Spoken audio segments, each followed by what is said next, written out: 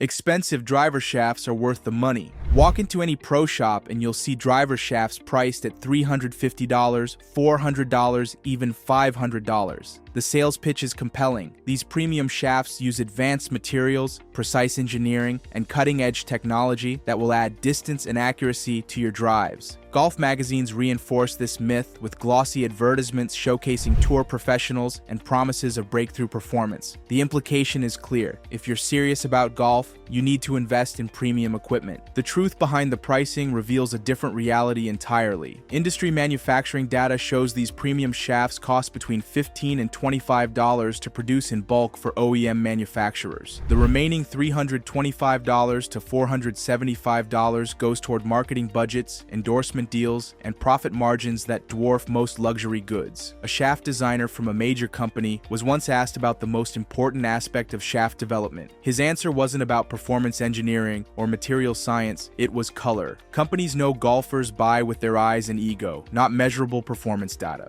Independent testing by equipment analysts demonstrates that for most recreational golfers, the performance difference between a properly fitted $80 shaft and a $350 premium model is minimal. While some players may see up to 5 yards difference or altered ball flight, the vast majority experience no meaningful improvement. The expensive shaft myth persists because it's profitable, not because it delivers proportional performance gains. Your swing consistency matters infinitely more than shaft price, but the industry has another expensive myth to sell you. You need a full set of 14 clubs. Golf rules allow players to carry up to 14 clubs, and the equipment industry has convinced golfers that maximizing this limit is essential for optimal performance. The typical modern bag includes driver, fairway woods, hybrids, 7-irons, multiple wedges, and putter, each supposedly serving a specific purpose that justifies its inclusion. Manufacturers promote specialized clubs for every conceivable situation, suggesting that having the perfect tool for each shot is crucial for scoring success. Research suggests that simplified club sets can benefit many amateur golfers, though the optimal number varies by player. While most golfers carry 12 to 14 clubs, some players find success with streamlined sets that reduce decision-making complexity and encourage shot creativity. The key is matching club selection to individual skill level and playing style, rather than following a one-size-fits-all approach. The 8-club approach may suit experienced players seeking creativity and simplification, but most recreational golfers benefit from having adequate club options for various situations. The decision should be based on individual consistency, course conditions, and personal preferences, rather than arbitrary rules about club count. The industry promotes maximum club counts to sell more products, but the optimal set composition depends on the individual player's needs and abilities. But equipment obsession often overshadows the most effective improvement method available. If you're loving this video, subscribe now and help us hit 5,000 golf fans by month's end. Expensive premium golf balls are better for everyone. Golf ball manufacturers have successfully convinced recreational golfers that they need the same premium balls used by tour professionals. Titleist Pro V1, TaylorMade TP5, and Callaway Chrome Soft dominate the premium market with promises of superior performance for all skill levels. The marketing suggests that serious golfers should play serious golf balls regardless of their actual swing characteristics or skill level. The performance reality is more nuanced than marketing suggests. While many premium balls are designed for elite players with swing speeds exceeding 105 miles per hour, some premium models can benefit recreational golfers in specific areas like short game control. However, for many amateur golfers with moderate swing speeds, mid-compression balls often provide better distance and comparable short game performance, while costing $15 to $20 less per dozen.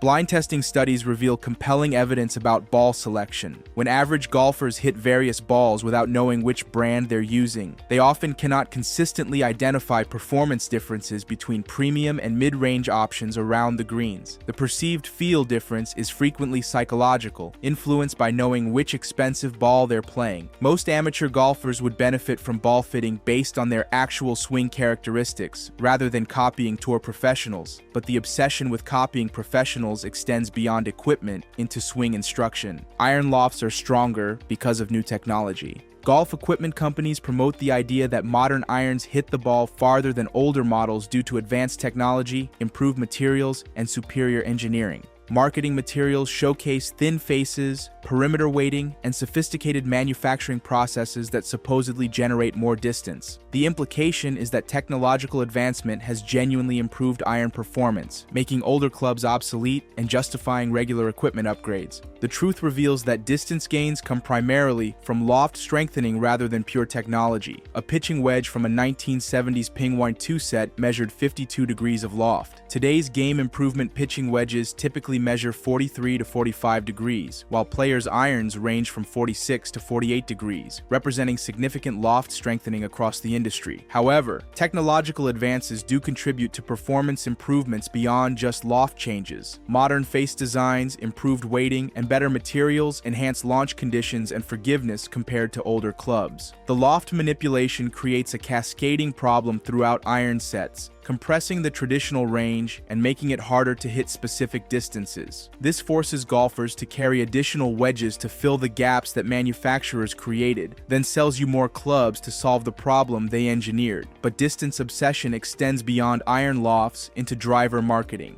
You need a stiff shaft if you swing hard. The golf industry promotes the idea that powerful swings require stiff or extra stiff shafts, creating a direct connection between swing speed and shaft flex in golfers' minds. This myth is reinforced everywhere, from equipment fitting sessions to casual conversations at the driving range. The underlying message suggests that choosing anything less than stiff indicates weakness or lack of athletic ability, making it as much about ego as equipment. The mechanical reality contradicts this widespread belief entirely. While many amateur golfers do play with inappropriate shaft flex, fitting studies show the issue isn't exclusively too stiff shafts. Many players actually use shafts that are too flexible for their swing characteristics. When shaft flex doesn't match a player's tempo and release pattern, it affects club head delivery at impact. For right-handed golfers with overly stiff shafts, this can keep the club face open, sending shots to the right, while reducing both distance and accuracy. Professional golfers provide compelling evidence against the stiff equals better myth. Chichi Rodriguez, despite being a successful PGA Tour player, famously used a lady's flex shaft in his driver for over a decade. When questioned about this choice, his explanation was straightforward. It goes further. By prioritizing performance over perception, Rodriguez gained distance and control that a stiffer shaft couldn't provide. The shaft worked with his natural swing tempo rather than against it, proving that proper fitting trumps ego-driven choices. Unfortunately, even when golfers seek professional guidance to make better equipment choices, that process can sometimes be compromised. Custom club fitting is always honest. The golf industry presents custom club fitting as the ultimate solution to equipment confusion, promising scientific precision and unbiased recommendations based purely on data. Fitting centers market themselves as laboratories where launch monitors and swing analysis remove guesswork, delivering personalized equipment recommendations that will transform your game.